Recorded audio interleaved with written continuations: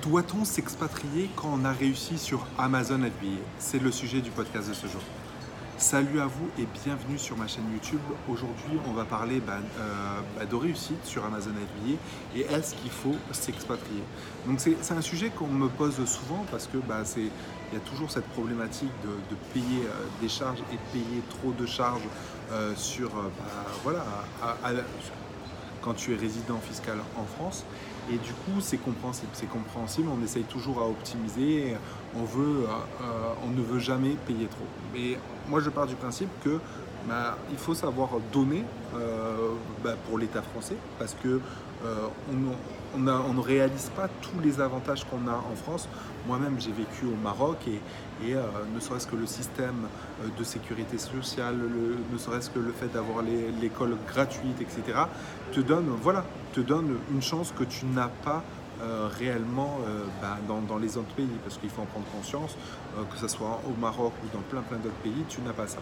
Après, à un moment donné, je pense que trop c'est trop aussi. C'est que le problème de la France, c'est que c'est très mal vu d'être entrepreneur. C'est très mal vu d'être entrepreneur. Et on fait des cadeaux aux clients, mais pas de cadeaux aux entrepreneurs. Je m'explique, quand il y a un retard de livraison sur un colis, tu peux avoir une plainte des GCRF, tu peux avoir X plaintes même à la police, etc. Et du coup, quand tu es entrepreneur, tu dois tout justifier, tu dois être convoqué par la DGCRF ou être convoqué par la police et expliquer pourquoi le produit n'a pas été reçu. Et du coup, ça, c'est des choses qui sont un peu chiante quand tu es entrepreneur, un peu lourde et tout, et qui ne te donne pas forcément envie d'entreprendre en France.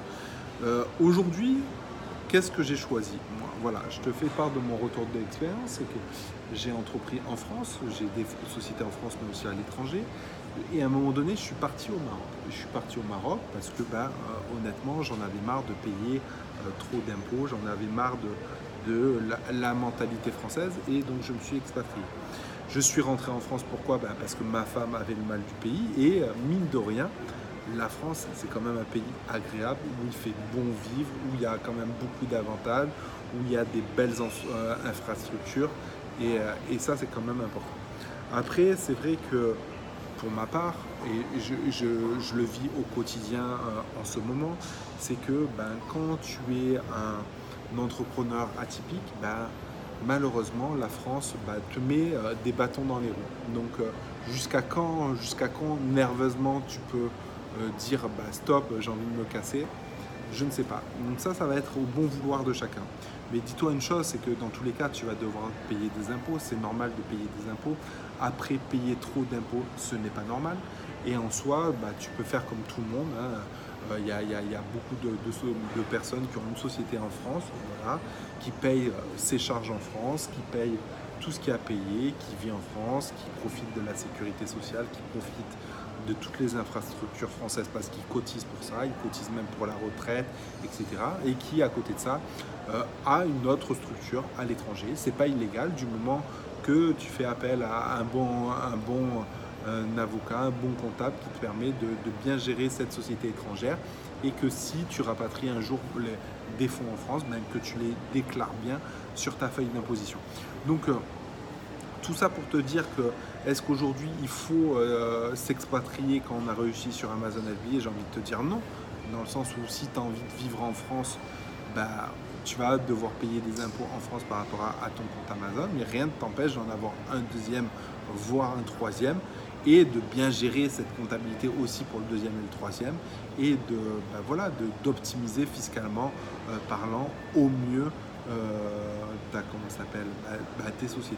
Encore une fois, je ne suis pas avocat, je ne suis pas comptable, mais c'est quelque chose aujourd'hui qui se fait et qui n'est pas illégal. Après, est-ce que moi je vais m'expatrier un jour? Pourquoi pas? Moi je m'estime être un citoyen du monde et j'ai envie de parfaire mon anglais, d'améliorer mon anglais, donc forcément j'ai envie de voir autre chose. Et puis ce mouvement effet gilet jaune, cette négativité française, j'ai envie de voir autre chose. Mais dans tous les cas, je garderai toujours une structure en France Pourquoi? Parce que la France, c'est quand même mon pays. J'aimerais développer et employer des gens un jour en France. Voilà. Et voilà, il faut que vraiment l'État français fasse un effort pour que ça me donne envie de plus investir en France, tout simplement. Voilà, j'espère que cette vidéo t'a un peu éclairci. Dans tous les cas, j'avais des questions là-dessus. Et puis, j'ai envie de te dire à bientôt dans une prochaine vidéo. Ciao!